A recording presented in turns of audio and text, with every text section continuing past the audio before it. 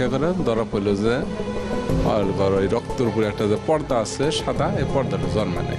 একটা ঠেঙে ব্যথা পাই পড়ে গেলে এই হাঁটুটা খুলে যায়, অথবা কামড় লাগলে অত রক্ত ব্লিডিং বাড়ি থাকে, ফুরা হইলে আবার আর ব্লিডিং বাড়ি দিয়ে থাকে, বন্ধ হয় না।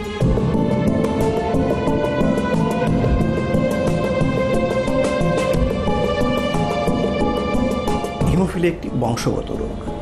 এই রোগের প্রধান লক্ষণ হচ্ছে রক্তক্ষরণ। একটু সামান্য আঘাত পেলে অথবা কেটে গেলে অথবা কোনো আঘাত ছাড়াই শরীরের যে কোনো স্থান থেকে রক্তক্ষরণ হতে পারে।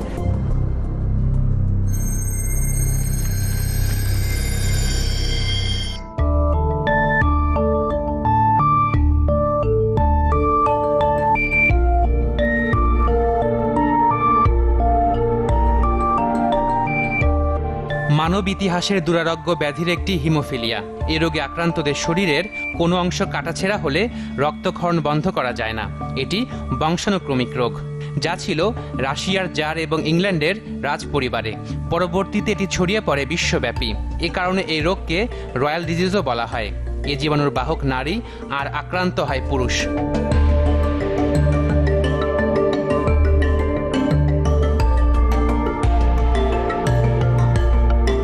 রক্ত জমাট বাঁধার উপাদান বা ফ্যাক্টর জন্মগতভাবে কম থাকার কারণে হিমোফিলিয়া রোগটি হয়ে থাকে। রক্তে ফ্যাক্টর 8 কম থাকলে বলা হয় হিমোফিলিয়া এ, আর ফ্যাক্টর 9 কম থাকলে হিমোফিলিয়া বি।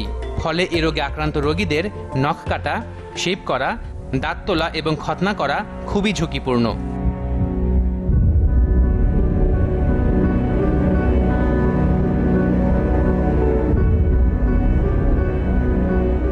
আক্রান্তদের মধ্যে 85% রোগীর হিমোফিলিয়া এ এবং 15% রোগীর হিমোফিলিয়া বি হয়ে থাকে।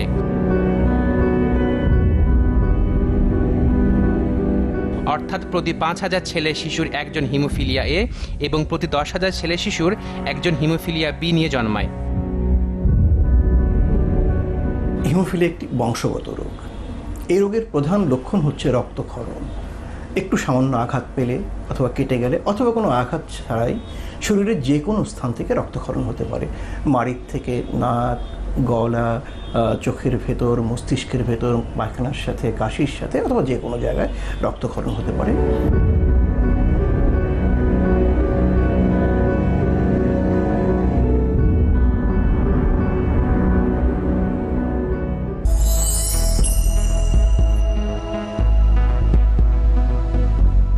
3 বছর পর থেকে তার শারীরিক জটিলতা শুরু হতে থাকে।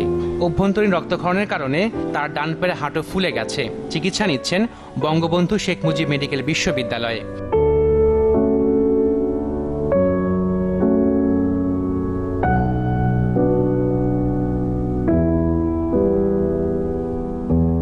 তার পাশের বিছানায় সিরাজগঞ্জের এই কিশোর পড়ছেন 10ম শ্রেণীতে। তারও 2 পা এবং শরীরের বিভিন্ন অংশ ফুলে গেছে। সমস্যা এই রক্ত পড়া যখন শুরু হয় তখন রাত্রে ঘুম ভালো হয় না, আবার পড়াশোনা করতে ইচ্ছে করে না, এমনিতেই ভালো কথাতেই রাগ উঠে যায়। হাঁটতে পারো? হাঁটতে পারি। যখন জয়েন্টে জয়েন্টে ব্যথা হয় তখন? এই জয়েন্টে ব্যথা আমার হয় না, এই প্রথম এই খেলাধুলা করতে গিয়ে ব্যথা হয়েছে, তাছাড়া এর আগে কোনোদিনও হয় নাই। রক্ত পড়া শুরু করলে রক্ত বন্ধ হয় না? না। তো এখানে হসপিটালে আসার পরে এখন কি ভালো আছো? জি আলহামদুলিল্লাহ। 6 মাস বছর টিকা দিছিল, যে ওই টিকা পাইকা গেছিল, টিকা ঠেকা যা পাইকা গেছিল। পরে ওই ডাক্তার দিয়া, গ্রামের ডাক্তার দিয়েই করা হয়েছিল, রক্ত আর বন্ধ হয় না। পরে টাকা তাই না পরীক্ষা করা হলো সিএমএ পরীক্ষা করে ধরা পড়লো যে ওই রক্তের উপরে একটা যে পর্দা আছে সাদা, এই পর্দাটা জন্মে নেই। এখন দেখা যায় যে ওই যদি রক্ত শূন্যতা হওয়া যায় তখন ওই দেখা যায় ফ্যাক্টর 8 দেওয়া লাগে, আবার রক্ত দেওয়া লাগে, দিলে আবার ঠিক হওয়া যায়। আর আজকে 1 বছর ধরে চিকিৎসার আমাদের পেয়েছি, 1 বছর ধরে তার রোগটা ধরা পড়ছে পিজিতে। আগে দেশে চিকিৎসা করছি, খালি কোনো রকম যেরকম ওষুধ দেয় এরকম হয় না।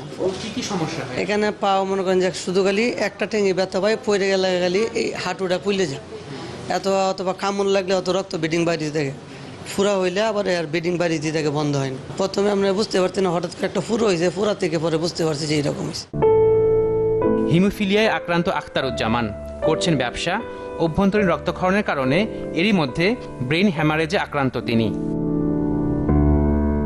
এটা যতদিন বেঁচে থাকবে এটা বয়ে বেড়াতে হবে। আর সাধারণত এই রোগীদের বোধহয় একটু বয়স লিমিট আছে, অন্য সাধারণের মতো তাদের স্বাভাবিক মৃত্যুর সম্ভাবনা কম। সে কারণে ধরেন না কতদিন বাঁচবো এটা বলা যায় না। বিশেষ করে ব্রেন হেমোরেজ হলে কিংবা স্টমাকে হেমোরেজ হলে কিংবা গলায় হেমোরেজ হলে যে কোনো সময় মৃত্যুর আশঙ্কা থাকে। কিন্তু ছোটোবেলাটা আমাদের উপরে হিমোফিলিয়া রোগীদের উপরে এক ধরনের নির্যাতন হয় যে তাদেরকে সমস্ত স্বাভাবিক কর্মকাণ্ড থেকে বিরত রাখা হয় শুধুমাত্র তারা যেন আঘাত না পায়। কিন্তু বড় হয়ে দেখেছি যেটা আঘাত না পেলেও ব্লিডিং হতে পারে। ব্রেন হেমোরেজ হলে আমার দুবার হয়েছিল, ডাক্তাররা ধরতে পারেনি। পরে একদম 11th আওয়ারে যখন আমার অবস্থা খুবই সঙ্গীন তখন ধরা পড়লো সিটি স্ক্যান করে যে ব্রেনে হ্যামোরেজ হয়েছে। অপারেশনের সিদ্ধান্ত হলো, কিন্তু ব্লিডিং যেহেতু বন্ধ করা যাবে না সেই কারণে আর অপারেশন করা হয়নি। পরে আস্তে আস্তে রিকভারি করেছে। আর বিল্লাল নামের এই যুবক এরই মধ্যে হারিয়েছেন তার 2 ভাইকে। দুজনেই ছিলেন হিমোফিলিয়া রোগী। গার্মেন্টস কর্মী বিল্লালও হিমোফিলিয়ায় আক্রান্ত। এতে কর্মক্ষেত্রে শিকার হতে হয় বিভিন্ন প্রতিবন্ধকতার। জায়গায় জায়গায় ফুলে যায়, হাঁটুতে পায়ে ফুলে যায়, অনেক ব্যথা করে, প্রচণ্ড ব্যথা করে। ব্যথা আমি সইতে পারি না, যার ফলে কোনো কাজকর্ম করতে পারি না, ঘুমাইতে পারি না। এই কোম্পানিতে চাকরি করি, ওই 2 মাস 3 মাস 6 মাস 1 বছর পরে আমি একটা ইঞ্জেকশন দিই, কি প্লাজমা দিই। আর প্লাজমাটা এখানে ঢাকাতে ছাড়া পাওয়া যায় না। অনেকে বলে যে তোমার চাকরি করার দরকার নাই, তুমি চলে যাও। তখন আমি ছাড়ে করে হাত পা ধরি যে আমি কি করে খাবো, এনে আছি তাও কয়েকদিন ডিউটি করলে কয়েক টাকা পাই, ওটা দিয়ে আমি খাইতে পারি। আমার বংশে ছিল না, কিন্তু আমার নিজ দিকে ছিল। আমার 2 ভাগনার ছিল, ভাগনা 2 জন মারা গেছে।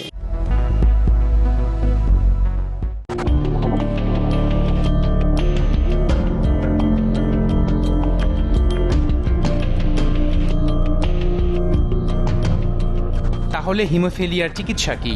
চিকিৎসকরা বলছেন এই রোগে আক্রান্তদের সম্পূর্ণভাবে সুস্থ করার পদ্ধতি এখনো আবিষ্কার করা যায়নি।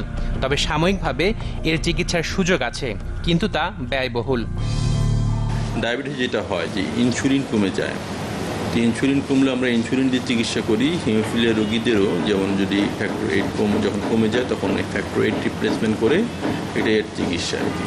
Factor 8 high costly. এটা সাধারণত 2 ভাবে তৈরি হয়। একটা হলো মানুষের রক্ত থেকে ফ্যাক্টর 8 করা হয়, নেওয়া হয়, এই যে স্পেশাল মেথডে এগুলো কালেক্ট করা হয় এইটা। আর একটা হলো গিয়ে একটা recombinant technology, DNA recombinant technology দিয়ে ফ্যাক্টর তৈরি করা হয়, হ্যাঁ, ল্যাবরেটরিতে। 2 রকম। তো এইগুলো খুব কস্টলি প্রোডাক্ট, আমাদের দেশে তৈরি হয় না, আমাদের বাইরে থেকে নিয়ে আসতে হয় আর কি। কস্টলি মানে আপনার ফ্যাক্টর 8 যেমন যদি মানুষের থেকে নেওয়া হয় তাহলে 500 ইউনিটের দাম পড়ে 4,500 টাকা না।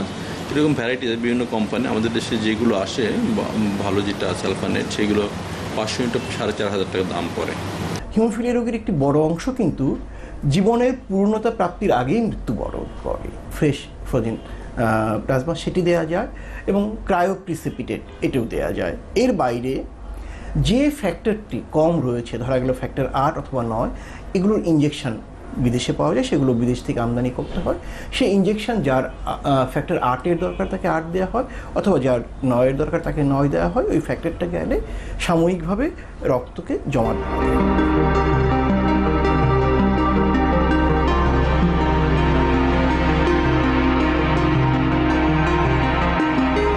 তবে এখনো বাংলাদেশের অনেকেই এই রোগ সম্পর্কে জানেন না। ফলে প্রচারণার মাধ্যমে সচেতনতা বাড়াতে হবে। এছাড়া বাজেটে আলাদা বরাদ্দ দেওয়া উচিত বলে মনে করছেন চিকিৎসকরা।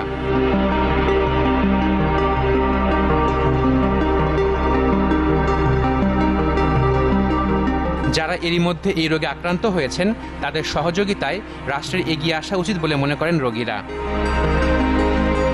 অন্তত প্রত্যেকটা সরকারি হাসপাতালে হিমোফিলিয়া ইউনিট করা, সরকারি উদ্যোগে ফ্যাক্টর 8 এবং 9 ইঞ্জেকশন বিনামূল্যে রুগীকে সরবরাহ করা, ফিজিওথেরাপির ব্যবস্থা করা। কারণ ফিজিওথেরাপি না দিলে প্রত্যেকটা রুগী পঙ্গু হয়ে যায়। হিমোফিলিয়ার হচ্ছে আরেকটা বাজে দিক। আর হচ্ছে হিমোফিলিয়া রোগীদের এটা এক ধরনের প্রতিবন্ধী, তাদেরকে প্রতিবন্ধী ভাতার আওতায় আনা এবং হিমোফিলিয়া রোগীর ছেলে মেয়েদেরকে সরকারি স্কুল, কলেজ, বিশ্ববিদ্যালয়ে বিশেষ কোটার মাধ্যমে ভর্তির সুযোগ দেয়া। সরকারের কাছে আমাদের আকুল আবেদন, আমাদের বিনামূল্যে চিকিৎসা করা হোক, আর আমাদের কর্মসংস্থা, আর আমাদের এই যে রাস্তাঘাটে চলাফেরার জন্যে গণমাধ্যমের যেন এরকম একটা কাট করে দেয় যে আমাদের ভাড়াটা জানি না লাগে। যেহেতু এই রোগ সম্পূর্ণভাবে ভালো হবার নয়, তাই প্রতিরোধমূলক ব্যবস্থা নেয়ার পরামর্শ চিকিৎসকদের। এই রোগটি প্রতিরোধ করতে হলে প্রথমত রোগটি নির্ণয় করতে হবে। আমাদের দেশে ঠিক কত লোক হিমোফিলিয়াতে ভুগছে সেটি নির্ণয় করতে হবে এবং তাদের ফ্যামিলির একটা ডাটা এবং একটি পরীক্ষা করে নির্ধারণ করতে হবে এবং তাদের ক্ষেত্রে বিয়ে এবং সংসার করার ক্ষেত্রে কতগুলো বিষয় যদি মেনে চলে তাহলে আমরা ধীরে ধীরে রোগটাকে অন্তত নিয়ন্ত্রণের মধ্যে নিয়ে আসতে পারি। মহিলারা এটা সাধারণত মানে ক্যারিয়ার থাকে, এটা কোনো সিমটম প্রডিউস হয় না মহিলাদের, তবে এটা তারা রোগটা ছড়ায়। তো আমাদের প্রিভেন্টিভ মেজার হিসেবে যদি আমরা দেখি যে এই কোনো ক্যারিয়ার মহিলা যদি চেক করা থাকে যে সে মহিলা ক্যারিয়ার, তাহলে তার যখন সে প্রেগনেন্ট হবে সেই প্রেগনেন্সি অবস্থা যদি আমরা কিছু ডায়াগনস্টিক ফ্যাসিলিটি, সেটা আমাদের দেশে অবশ্যই এখন জেনেটিক ডায়াগনস্টিক আমরা যদি করতে পারি, সেটা আমাদের দেশে এখন সম্ভব হচ্ছে না, আশা করি শীঘ্রই সম্ভব করব। তাহলে আমরা সেটা প্রেগনেন্সিতে সেই ডায়াগনোসিস করে আমরা যদি চায়, বাবা মা যদি চায়, তাহলে আমরা মানে এই প্রেগনেন্সিটাকে টার্মিনেশন করতে পারি। এইভাবে আমরা রোগটাকে প্রিভেন্ট করতে পারি। একটি সেন্টার করা না যায় তাহলে এই রোগীরা কিন্তু যখন রক্তক্ষরণ শুরু হয় তখন তো ভয়ে পুরো পরিবারটি তো আতঙ্কিত হয়ে যায়। তারা এক হাসপাতাল থেকে আরেক হাসপাতালে ঘোরে এবং ডাক্তারদের একটি বড় অংশ হিমোফিলিয়ার ব্যাপারে যথাযথভাবে প্রশিক্ষিত না, ফলে তারাও অনেক সময় ডাক্তাররাও কোন ইঞ্জেকশন দিলে রক্তক্ষরণ প্রবণতা বেড়ে যাবে, কোন ওষুধটা খাওয়ালে পেটে আলসার হলে রক্তক্ষরণ প্রবণতা বেড়ে যাবে, এগুলো কিন্তু ডাক্তাররা অনেকেই ভালো মতো এই ব্যাপারটায় প্রশিক্ষিত না। হিমোফিলিয়া রোগী ডায়াগনোসিস চিকিৎসা সম্পূর্ণ সম্ভব, সম্পূর্ণই হচ্ছে।